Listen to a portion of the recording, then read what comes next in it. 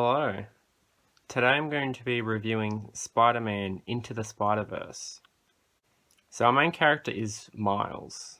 Now, Miles is a kid who's going to a new school. He's going to sort of like one of those elite schools, but he doesn't really feel like he fits in there, and he's sort of struggling at the moment to connect with his father, who is a police officer, and his father's sort of like hard on him a little bit.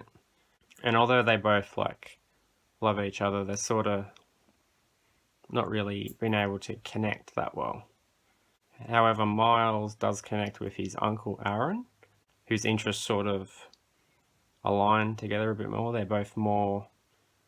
They're like more creative and expressive and less strict. And Aaron takes Miles to this abandoned place in like the subway where they do some graffiti, and just before they leave, Miles gets bitten by a spider. Not just any spider, but some kind of interdimensional spider. And then he gets Spider-Man powers. So he starts to realize that he's got the Spider-Man powers, because the thing is, he lives in a world where there's already a Spider-Man. Peter Parker has been Spider-Man for about 10 years now. So he's like very popular, everyone knows him, and Miles like looks up to him. So he starts to realize that he's got the same sort of powers. He goes to investigate the spider that bit him, and he ends up coming across a big battle between Spider-Man and a giant goblin thing. And it's discovered that there's a super collider there, which Kingpin is using for reasons I'll get back to later. Anyway, there's a big fight. Spider-Man's trying to stop the super collider from activating, and that's when Miles comes over. Spider-Man sort of realizes that he's got the same powers, promises to train him after this fight. But then there's like this big explosion when the super collider activates or something, and Peter ends up getting knocked to the ground. Miles hops down to go help Spider-Man, so Spider-Man gives him a USB, and Spider-Man tells him he's got to use the USB to shut down the super collider for good. But then Miles has to hide because Kingpin comes over. Spider-Man's too weak to do anything really, so he can't do anything when Kingpin comes over and kills him. Then Miles tries to get out of there, and he gets chased by Nightprowler, who is working for Kingpin. And Miles manages to evade Nightprowler for now. Now, the death of Spider-Man is a big thing that shakes the city, and it shakes Miles as well.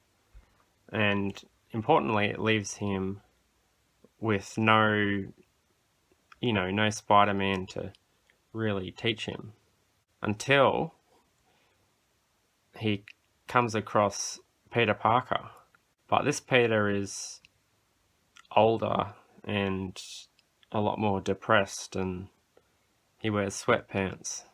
And it turns out that this Peter B. Parker, is from an alternate dimension or an alternate universe. Anyway, some hijinks ensue, the USB gets destroyed, so they have to go copy some more stuff onto a new USB, which involves breaking into Kingpin's lab. It's discovered that Miles has invisibility powers, and he can also summon electricity somehow. They end up getting attacked by Doc Ock, and then as they're escaping, another spider person shows up. This one's a Spider-Woman, Gwen Stacy, The three of them then go to visit Aunt May, and they discover more spider people there as well. There's Spider-Man Noir. He's a dark and gritty, hard-boiled private investigator from the 1930s who likes to fight Nazis with his fists. Then there's this anime girl with a psychic spider friend who inhabits a robot that her father built. And finally, there's Peter Porker, who is a pig. Anyway, we've got all these spider peoples together, but then they get attacked by all the villains. One of the villains, Night Prowler, is discovered to actually be Miles' uncle Aaron. And when Night Prowler is just about to kill him, he takes off his mask. And then once Aaron realizes who it is, he can't bring himself to kill his nephew. So Kingpin kills Night Prowler. Afterwards, Peter B. Parker webs up Miles in his room and leaves him there because they don't think he's ready for the fight. So then all the other spider people go to the Super Collider, where they have to activate it long enough so that they can go back through and then destroy it. And the plan is that Peter B. Parker will stay behind to destroy it. This is a bit of a self-sacrifice thing because the spider people who are from alternate universes are slowly sort of glitching and dying. So they can't stay in this universe. Miles has his kind of moment of understanding where he gets control of his powers, he breaks free, goes to Aunt May's, has enough time to spray paint one of the Spider-Man suits black, and I guess he waits for it to dry before going to fight against Kingpin with the other spider people. And then they all have this big final battle as Kingpin tries to activate the Super Collider again. All the spider people go home, and Miles destroys the thing. And he has one final fight with Kingpin on his own. He almost gets beaten, but in the end, he's urged on by his father, who doesn't know that he's Spider-Man just yet. And then Miles manages to beat Kingpin at last. And in the end, he has a touching moment with his father as Spider-Man. Miles' story is really has two major parts. The one we're introduced to first is his family dynamic. Now, Miles and his father, as I mentioned earlier, they're having a hard time connecting. Miles' father wants to, be close to his son and connect to him, but they're kind of different people in a sense. Miles is, very creative and expressive, and he's not really feeling like he fits in very well in this elite school. But his father's urging him to put all the effort in, and he's a lot more serious, which sort of makes sense because he's a cop. At the end of the day, they both still love each other and they want to connect. But at first, they sort of struggle. On the other hand, there's Uncle Aaron, who Miles connects to a lot easier. At the start of the film, we see Miles with his father and then Miles with Aaron, and you can see the differences pretty clearly in how they're connecting. And then his uncle gets a phone call and has to leave for a while, which is a bit of foreshadowing for later. Later in the movie, it's revealed that Night Prowler is actually Uncle Aaron, which is very shocking for Miles to discover. And then later there's the fight at Aunt May's house, where Night Prowler is almost about to kill Miles when he takes off his mask to show him who he is. Aaron can't bring himself to kill his nephew, so Kingpin takes him out, which does continue the tradition of Spider-Man's uncle getting killed. This death hits pretty hard.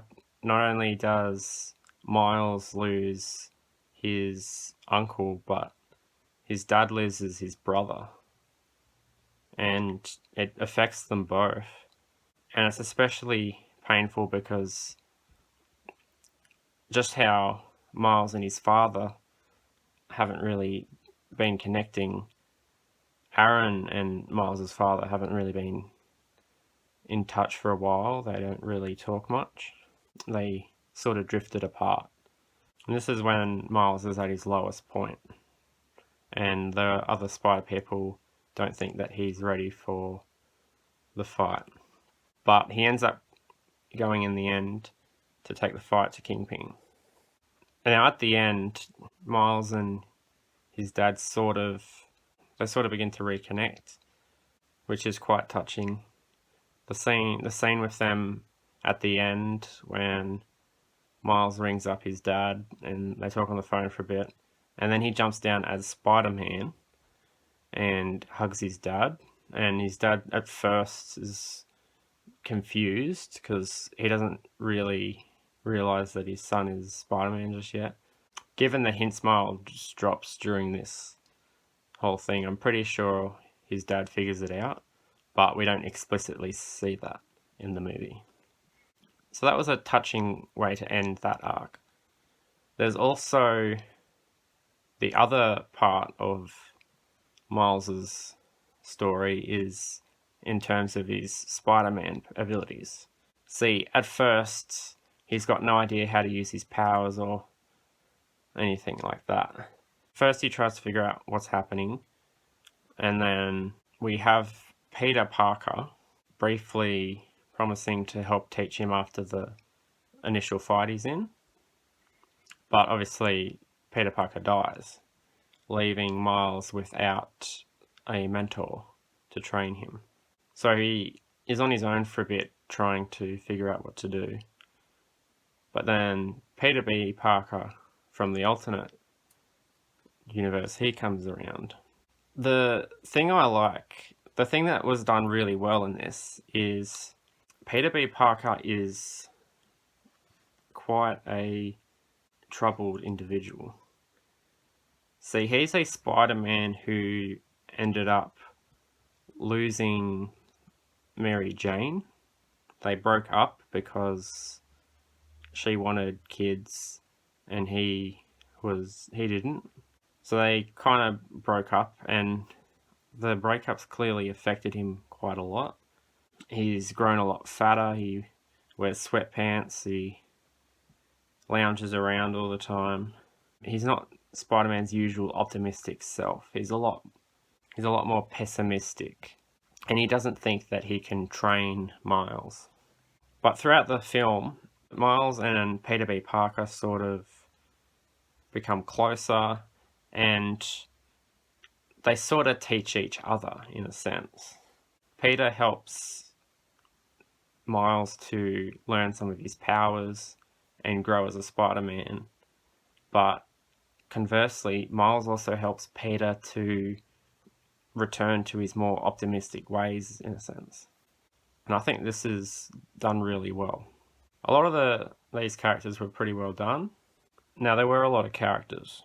Gwen Stacy's Spider-Woman was a pretty good character as well. She was sort of fleshed out a bit more. She had lost her Peter Parker in her universe, and because of that, she'd sort of gone. She sort of doesn't really have any friends anymore. She doesn't want them. I guess it was too hard for her to lose Peter. And Miles and her sort of develop a little bit of a friendship, I guess. And it would seem that Gwen might be more open to having friends again in the future. A lot of the other characters were not as fully fleshed out though. Spider-Man Noir and the other spider peoples I mentioned, they weren't really fleshed out characters. They were just sort of there to fill out the roster and provide some funny moments, I guess. They weren't especially deep. Most of the villains were sort of background characters as well, like Scorpion and the pale guy who has two guns. There's also Doc Ock, who's a mad scientist lady who studies alternate dimensions and alternate realities and alternate universe, all that sort of stuff. She's the one who's sort of behind all the science and she's the one that's sort of figuring out how to use the super collider to connect to these other universes. And then there's Kingpin, who's the main villain. He's they give him this motivation. What he wants to do is he wants to connect to these alternate universes so he can bring his wife and kid back, because one day they walked in on him attacking Spider-Man and they saw what he was doing and then fled and ran away. And then while they were running away, they got hit by a car and died.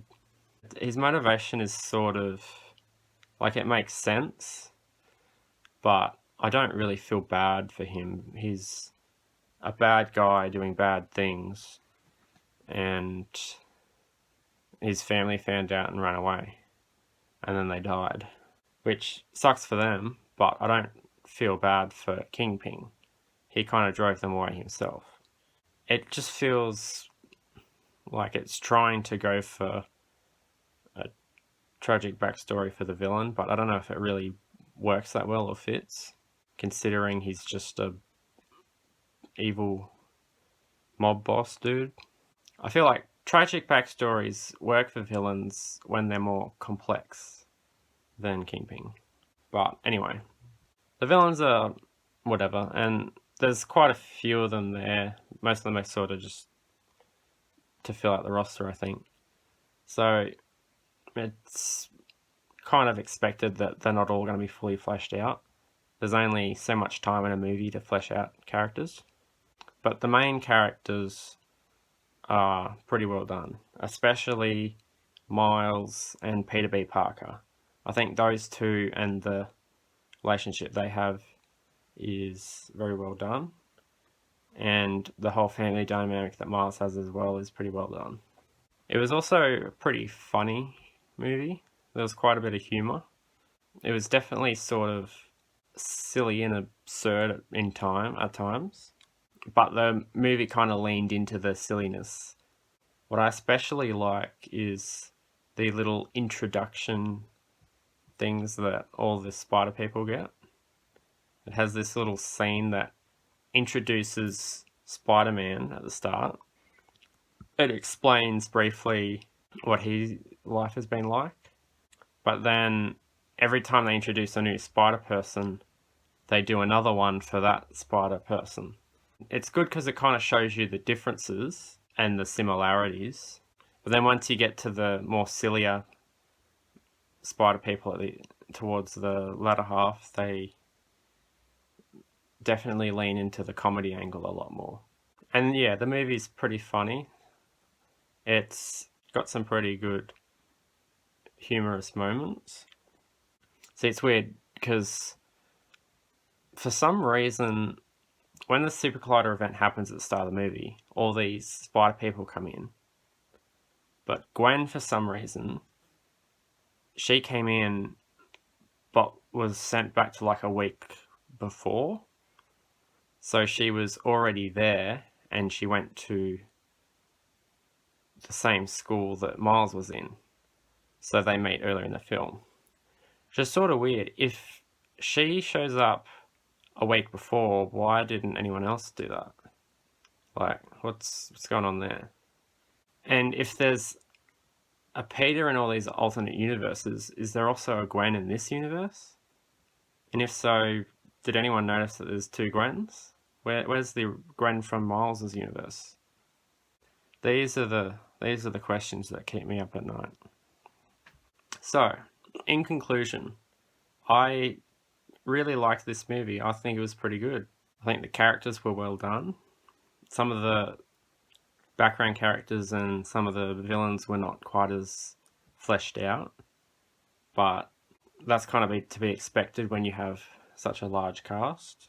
But yeah, the main characters, especially Miles and the characters he is connected to, are all fleshed out pretty well, I think. It's a very good film, and I would highly recommend it. If you like this review and you want to see more, please consider subscribing and ringing the bell so you get notified when I post. I post a new review on the first Monday and the third Monday of every month. So that's 2 videos a month. So if you want to see more, then please consider subscribing. If you've got any suggestions for what you'd like me to review, then let me know in the comments. Anyway, goodbye.